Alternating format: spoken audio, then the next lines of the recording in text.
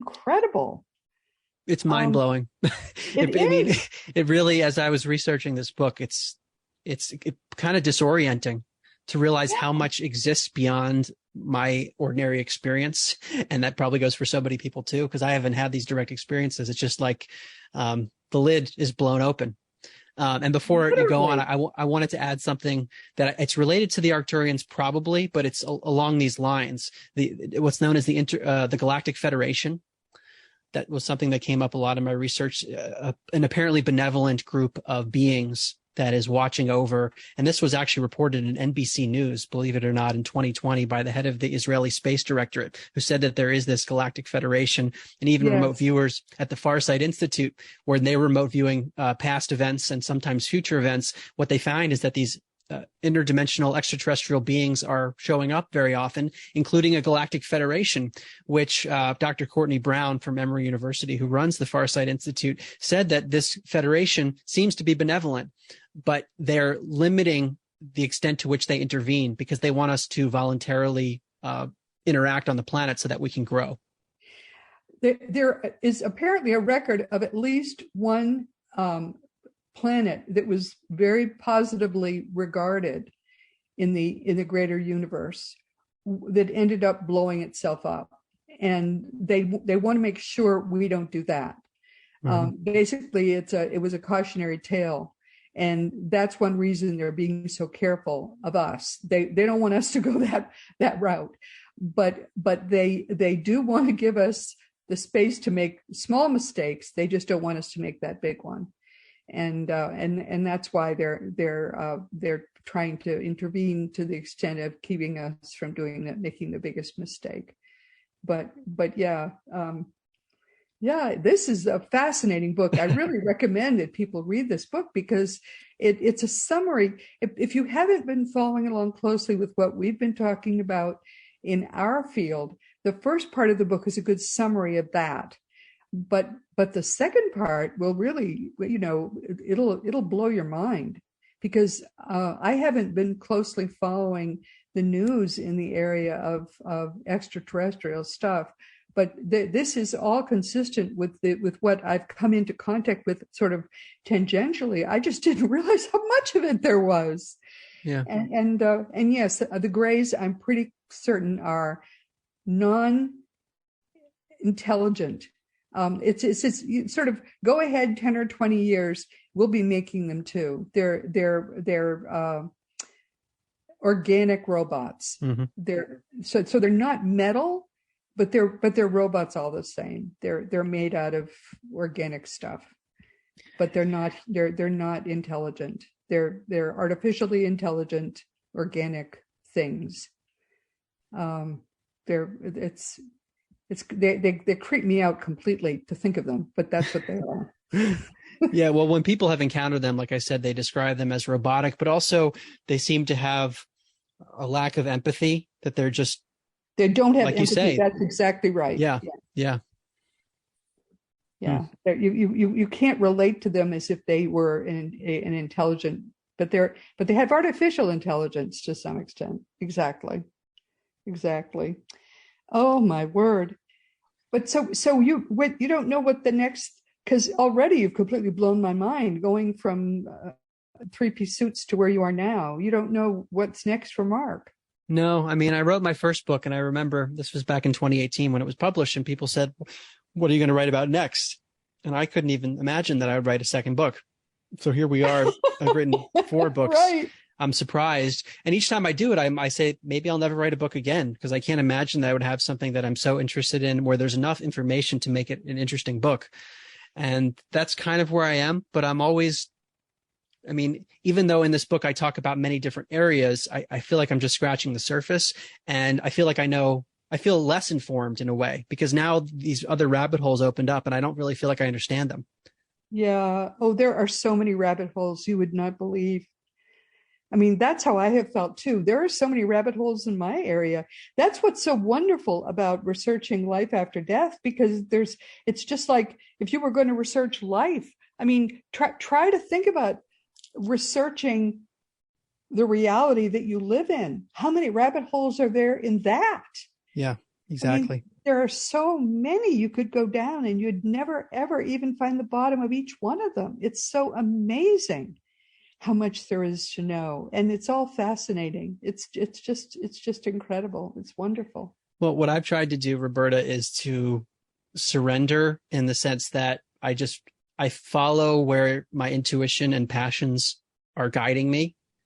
And I feel like there's an intelligence behind that. If I look at it in hindsight, some of the things happened too perfectly and aligned too well. So I try to keep that in mind. And I do think there is guiding intelligence behind our lives if we allow it to just flow. So that's the perspective. Yeah, that's the perspective I'm taking without knowing what's next. Yep, of course there is. Well, you have a spirit guide who is really enjoying guiding you, I'm sure. I'm sure. He's having a lot of fun with this, or she, because usually they're cross-gender. So you probably have a female spirit guide. Well, I will tell you this. Before I sit down to write all of my books, even I did this before my first book, I don't even know if you want to say call in, but I acknowledge that there are these other intelligences out there that know much more than me, and invite them to work through me, that I will be a conduit for whatever is going to be of the highest service. And I know that there's a higher intelligence. Yeah. Yes, that is so smart. I want to be a conduit. Let me be a channel. Oh, of course. What a smart idea that is. What do you want people to take away from hearing us today? What do you hope that they will take and learn from what we've said? Well, my quest since the beginning has been to get to the truth, because my worldview shifted so dramatically when I realized that there were other dimensions, life after death, psychic phenomena. That was such a huge paradigm shift for me, but it was really just the beginning of trying to understand life. And that's been my quest. So I hope that this conversation helps to open listeners' minds as to the nature of reality. And to me, learning more about the nature of reality can't be a bad thing. It's always probably good to have more granularity to understand our surroundings.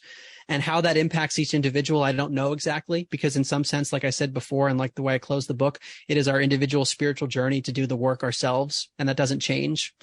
But being aware of our surroundings and knowing more about maybe our history and maybe even our own genetics. There's so much that we don't even know. Like you were saying before, there's junk DNA, which makes up the majority of our genome, that we don't even know ourselves as a biological species yet. And maybe there's something important to scratching the surface in these areas to get to our true history. Yeah. And a lot of it they're finding out is not junk at all. It's just that they didn't understand what it was. Exactly. Right. And hey, that was pretty important stuff. We should just have stopped and studied it more before we thought we should just throw it away. No, it's true. It's true. We're only really scratching the surface of understanding even who we are and what we are. It's only the beginning. It's quite amazing. All of it is so amazing. And yeah, I feel as if I've only just begun my work. And here I am already old. I mean, it's the old saying, too soon old, too late smart, is so true. But fortunately, it's not true for you, because you're only just beginning. And that's what's so exciting about your life. It really is. Yeah, it's fun to be your age and still only just really scratching the surface, but know that you have well begun. I think that's very, very exciting. But I tell even people who are old, there's so much you can learn in such a short time nowadays. The internet frees people from having to go walk into a library and say, oh, where do I start? The internet is a library in just a little tiny space. That's a wonderful thing. Most people in history have had no idea how to even get started with research. Yeah. But you have it in your hand now. What a wonderful thing that is. For me, that what you just said is how I started. I mean, I was listening to podcasts initially 6 years ago in 2016, and that's how this began. And I heard so many different stories of people with after death communications and things like that, I realized, wow, I mean, to actually hear all those voices and hear the sincerity, and then to look up the science and to be able to really for free just with the internet, and then access to books. And the information is there for those who are willing to put in the time. People have no idea what wealth that is. Everybody is rich now. it's just, I cannot begin to tell you what a joy it is to be able to do all that research. And as you point out, it's free. Everybody is a trillionaire today. I mean, I can remember when you had to open books and you had to read words. I can remember when you had to use file cards in gigantic rooms with nothing but cards in them. You don't have to do that now. So everybody get out there and just open your computer and you have the world at your feet. And as you point out, you've got podcasts. People have done this research. I mean, it took me 50 years to learn what people can learn in an afternoon. I think that is just such an amazing thing. And what a joy that is. So I can't wait to hear. I want you to let me be the first person who finds out what your next book is going to be about. Okay. If there is one, Roberta, we'll see. Guaranteed there's going to be a book. Mark, I know for sure there's going to be a book, and I want to be the first person who gets to interview you about it. So let me know. All right. Deal. Thank you. I really appreciate that. Guaranteed, I want to be the first one. And so, but seriously, I think this book is wonderful, and I hope you get a lot of people reading your book, because this is something which is going to be big news. People are going to find out that suddenly this has been happening all around them and they didn't know. It's just like the afterlife. One day people are going to realize this is something that's happening all the time. It's grandma's going to die, or someone they love that's close to them, their own age, is going to die. And suddenly they're going to realize they should know this stuff. And it opens up a whole world of knowledge to them. And read Mark's book, and you'll know about it now. And I think that's really very important. Mark, so great. I'm so grateful you're with us today. Thank you so much. Consider yourself hugged. Oh, hugging you back. And thank you again for inviting me. And I would also add that what I try to do in these books is to include many, many sources, because my books, I consider them to be like a starting point. I try to summarize a lot of research. But looking through the endnotes and the bibliography, that can hopefully enhance people's journeys if they're interested in going further.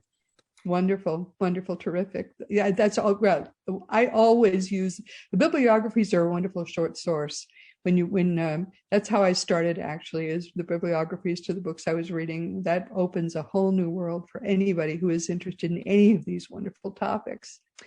So everyone, again, we've come to the end of our time. But this has been Seek Reality with Roberta Grimes. I'm so happy you were with us today. Please never forget that you are a powerful, eternal being. You never began, you never will end. And when you really get what that means, it changes everything in your life for the better.